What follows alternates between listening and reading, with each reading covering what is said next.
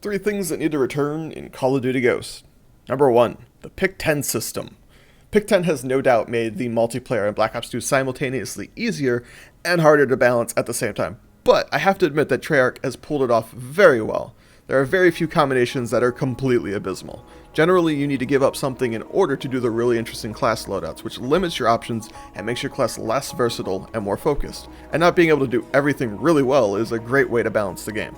The Pick 10 create a class system helps you understand cost to benefit ratios. If you really want that second frag grenade, you might have to run around with one less perk and one less tactical grenade.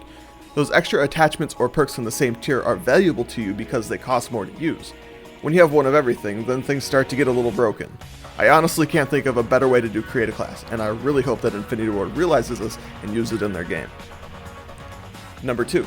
The return of no death streaks. You might not think this is even worth a bullet point, but to me it's a really big deal.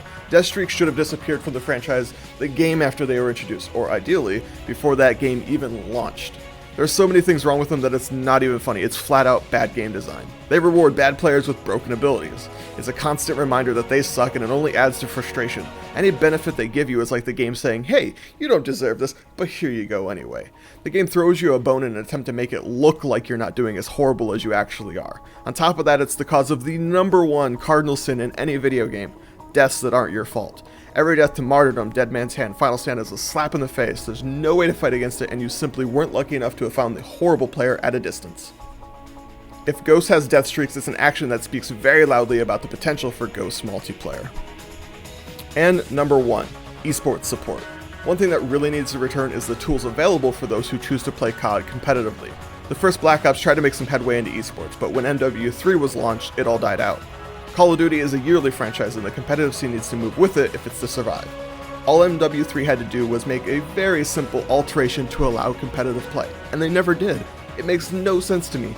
How can you not notice? Why don't you care? I don't play competitively, nor do I have any desire to, but I enjoy Call of Duty, and it really seems stupid to me that these two companies aren't on the same page when it comes to esports. I was fortunate enough to have made it to the previous Call of Duty Championship in LA, and it was spectacular. Very well done. And they have said that they're going to do it again, but none of that matters if the game itself isn't balanced and there isn't support for it. So, there you have it, 3 things that need to return to Call of Duty Ghosts. If not, then we might be nearing the decline of the series. I'm sure there are other things that need to make a return into Ghosts, so leave a comment down below with what you'd like to see in the game. Take a second to like the video, and subscribe if you haven't already. My name is Crazy Penguin, thanks for watching, and enjoy the game.